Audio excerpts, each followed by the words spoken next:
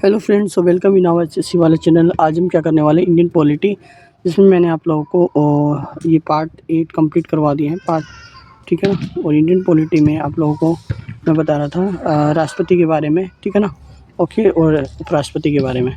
तो देखिए क्वेश्चन 57 है, संसद की दोनों सदनों के बीच गतिरोध की स्थिति में संयुक्त अधिवेशन की अध्यक्षता कौन करता है। तो यहाँ पे देखिए लोकसभा अध्यक्ष करते हैं, राष्ट्रपति करते हैं, लोकसभा अध्यक्ष करते हैं, उपराष्ट्रपति। तो यहाँ पे ऑप्शन आएगा लोकसभा का अध्यक्ष करेगा, ठीक है। सदन के दोनों सदनों के बीच गतिरोध की स्थिति में संयुक्त अधिवेशन की अध्यक्षता लोकसभा अध्यक्ष करता है। क्वेश्चन 58 है, पहले 6 महीने में संसद की स्वीकृति लेकर राष्ट्रपति शासन अधिनियम कितने समय के लिए बढ़ाया जा सकता है। 6 महीने, 1 साल, 2 साल, 3 साल। तो यहाँ पे ऑप्शन डी आएगा 3 साल, ठीक है। तो देख लें, संविधान के अनुच्छेद 356 के अधीन राष्ट्रपति शासन की उद्घोषणा प्रत्येक 6 माह के पर पुनः संसद के दोनों सदनों द्वारा पारित होकर अधिकतम 3 वर्ष तक रह सकती है। अनुच्छेद 356(4) का प्रथम प्रंतक है।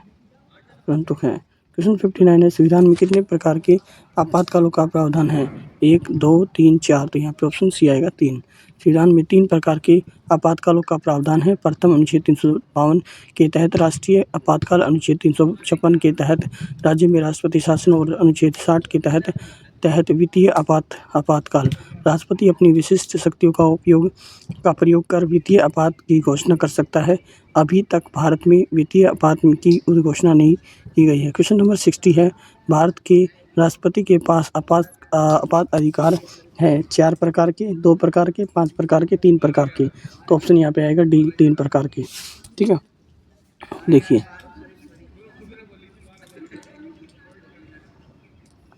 ध्यान दीजिए इस पे। क्वेश्चन 61 है, भारत में राष्ट्रपति कितनी बार वित्तीय आपात स्थिति घोषणा कर चुके हैं। कभी नहीं, 2 बार, 3 बार या 1 बार। तो ऑप्शन आएगा कभी नहीं किया है। ध्यान रखना है। देखो भारत में राष्ट्रपति कितनी बार वित्तीय आपात 1 बार भी नहीं हुआ, ध्यान रखना है, ठीक है ना। ओके, तो 1 बार भी नहीं हुआ है। क्वेश्चन 62 है, राष्ट्रपति को किस अनुच्छेद के अंतर्गत यह अधिकार प्राप्त है कि वित्तीय आपात लागू करेगा। अनुच्छेद 356 60 है या 356 है, 354 है, 64 है या 352 है। तो ऑप्शन यहाँ पे ए राइट हो जाएगा। क्वेश्चन इसका अनुच्छेद 360 है, ठीक है। देखिए क्वेश्चन 63 है, किस अनुच्छेद का उपयोग करके भारत ने राष्ट्रीय वित्तीय आपातकाल को घोषित कर सकता है। अनुच्छेद 52, अनुच्छेद 349, अनुच्छेद 360, अनुच्छेद 365। तो ऑप्शन सी राइट होगा, अनुच्छेद 360। क्वेश्चन नंबर 64 के है, वित्तीय आपात कितने समय के लिए लागू की जा सकती है। 6 महीने के लिए, 12 महीने के लिए या यहाँ पे 24 महीने के लिए, या कोई भी नहीं आएगा इनमें से। ऑप्शन यहाँ पे क्या आएगा, ऑप्शन डी राइट। इनमें अधिकतम अवधि नहीं है कोई आपात। अब राष्ट्रपति अनुच्छेद 360 के तहत आर्थिक संकट की स्थिति में वित्तीय आपातकाल की घोषणा कर सकता है। पहले चरण में उद्घोषणा 2 मास तक परिवर्तन में रहती है। यदि संसद के दोनों सदनों के संकल्पों द्वारा उसका अनुमोदन हो जाता है तो वह अनिश्चित काल तक बनी रह सकती है, अर्थात जब तक वापस न ली जाए तब तक। क्वेश्चन नंबर 65 है, निम्नलिखित में से भारत में वित्तीय आपातकाल घोषणा करता है राष्ट्रपति, प्रधानमंत्री या केंद्रीय मंत्री परिषद है या भारत का उच्चतम न्यायालय है। तो ऑप्शन आएगा राष्ट्रपति, ठीक है। क्वेश्चन नंबर 66 है, भारत में किस प्रकार की आपात स्थिति अभी तक केवल 1 बार लागू की गई है।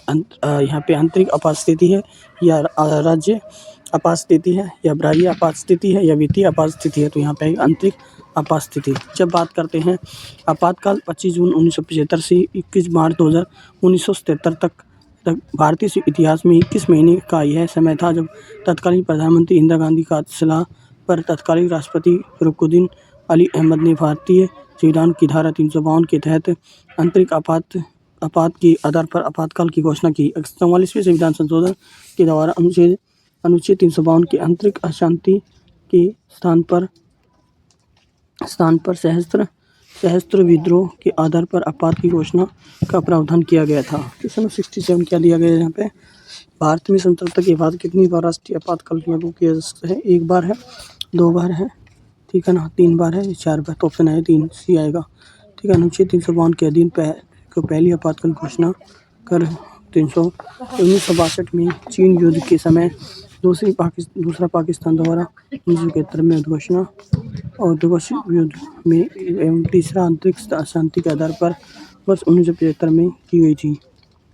न्यायतः ही मूल संविधान के अनुच्छेद 352 के अंतरिक्ष अशांति के स्थान पर 44वें संविधान संशोधन 1978 से सशस्त्र विद्रोह परिस्थिति प्रतिस्थापित किया गया। आगे देखिए क्वेश्चन 68 है, निम्नलिखित में से कौन से जोड़े का सही मिलान सही है? इंदिरा गांधी सैन्य कार्य क्षेत्र में महिलाओं का अधिकार है, या फिर यहाँ पे एडीएम जबलपुर केस आपातकाल में नागरिकों का अधिकार है, या करतार सिंह केस अल्पसंख्यक अधिकार, या विशाखा केंद्र राज्य संबंध है। तो यहाँ पे ऑप्शन बी आएगा। यहाँ पे आएगा एडीएम जबलपुर केस आपातकाल में नागरिकों का अधिकार, ठीक है ना। इंदिरा साहनी केस केंद्र सरकार की सेवाओं में अन्य पिछड़ा वर्ग का आरक्षण था। एडीएम जबलपुर केस आपातकाल में नागरिकों के अधिकार 1975। करतार सिंह केस आतंकवाद घटनाओं से संबंधित कानून। विशाखा केस महिलाओं के अधिकार आरक्षण संबंधित हैं। क्वेश्चन नंबर 69 है, भारत का राष्ट्रपति अपने पद पर पुनर्निर्वाचन के लिए कितनी बार खड़ा हो सकता है? 1 बार है, 2 बार है, 3 बार है, जितनी बार चाहे। तो ऑप्शन डी आएगा, जितनी बार चाहे तो तक खड़ा रह सकता है। देखिए, कोई भी व्यक्ति जो राष्ट्रपति के रूप में पद धारण करता है या कर चुका है, उस संविधान के अनुच्छेद 357 के तहत उस पद के लिए निर्वाचित हो सकता है। पुनर्निर्वाचन के संबंध में संविधान की किसी भी सीमा का उल्लेख नहीं किया जा सकता। देखें, क्वेश्चन नंबर 70 है। 70 क्या है? भारतीय संघ के राष्ट्रपति के पास वही संवैधानिक अधिकार है जो ब्रिटिश राजा रानी के पास होता है, या यूएसए के राष्ट्रपति के पास, या पाकिस्तान के राष्ट्रपति के पास, या फ्रांस के राष्ट्रपति। तो ऑप्शन ए राइट होगा, ब्रिटिश राजा रानी के पास।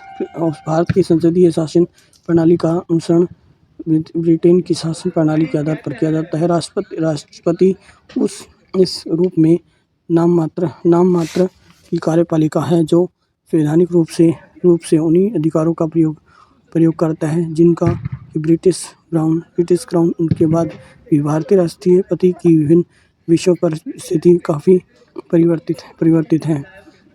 क्वेश्चन 71 है, राष्ट्रपति का अध्यादेश कितनी अवधि के लिए लागू होता है? 3 महीने, 6 महीने, 9 महीने, अनिश्चित काल। तो ऑप्शन बी आएगा, 6 महीने। अनुच्छेद 123 के तहत संसद के सत्र में न रहने की स्थिति में राष्ट्रपति किसी तत्काल आवश्यकता के संदर्भ में अध्यादेश जारी कर सकता है। राष्ट्रपति द्वारा इस प्रकार जारी अध्यादेश 6 महीने के लिए लागू रहता है, और जबकि संसद के समय समवेत होने से 6 सप्ताह की समाप्ति पर परिवर्तन में नहीं रहेगा। क्वेश्चन 72 है, भारत सरकार का संवैधानिक अध्ययन कौन है? राष्ट्रपति है, प्रधानमंत्री है, भारत के मुख्य न्यायाधीश है, न्यायवादी। तो ऑप्शन आएगा राष्ट्रपति।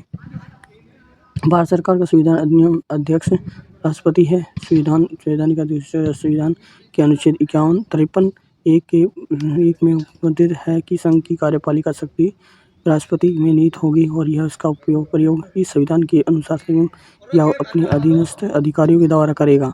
क्वेश्चन 73 है।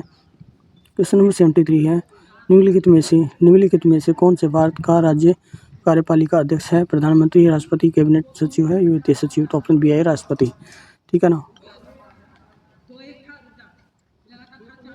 क्वेश्चन 74 है, निम्नलिखित में से अपना पद राष्ट्रपति की संतुष्टि के दौरान धारण करता है? प्रधानमंत्री, राज्यमंत्री, चुनाव आयोग, या लोकसभा का अध्यक्ष है? ऑप्शन बी राइट हो जाएगा। क्या आ जाएगा? ऑप्शन बी राइट होगा, ठीक है। तो देखिए, अनुच्छेद 156 के तहत राज्यपाल, राष्ट्रपति और प्रसाद अपना पद धारण कर सकता है।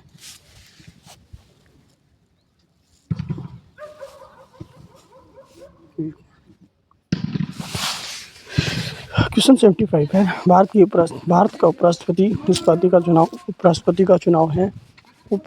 का चुनाव है। चुनाव किया जाता है संसद के सदस्यों द्वारा, राज्यसभा के सदस्यों के द्वारा, संसद के निर्वाचित सदस्यों द्वारा, या संसद या राज्य विधानमंडलों के सदस्यों द्वारा। तो ऑप्शन ए राइट होगा यहाँ पे, संसद के सदस्यों द्वारा। भारत में उपराष्ट्रपति का चुनाव संसद के दोनों सदनों के सदस्यों से मिलकर बनी निर्वाचन के सदस्यों द्वारा अनुपातिक प्रतिनिधित्व पद्धति के अनुसार एकल संक्रमणीय मत के द्वारा किया जा सकता है। क्वेश्चन 76 है, भारत के उपराष्ट्रपति को निम्नलिखित में से किसके द्वारा चुना जाता है? संसद सदस्य द्वारा, या राज्यसभा के सदस्य द्वारा, या लोकसभा के सभा के निर्वाचन सदस्य द्वारा, संसद के राज्य विधानसभा के सदस्य द्वारा। तो ऑप्शन ए राइट होगा, संसद के सदस्य द्वारा। ठीक है ना।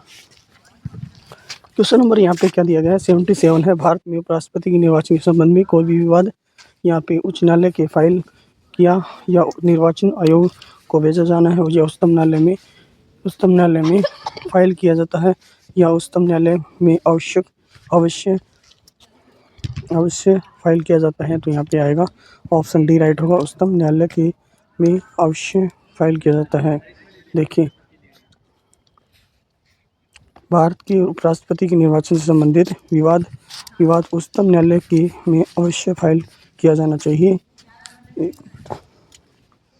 भारतीय संविधान के अनुच्छेद 71 के अनुसार राष्ट्रपति और उपराष्ट्रपति के निर्वाचन से संबंधित समस्त विवादों का निपटारा उच्चतम न्यायालय द्वारा किया जाता है। और इस प्रश्न के उत्तर के लिए ऑप्शन सी का चयन भी कहीं से त्रुटिपूर्ण नहीं है, जबकि एसएससी ने प्रश्न का ऑप्शन डी स्वीकृत किया है।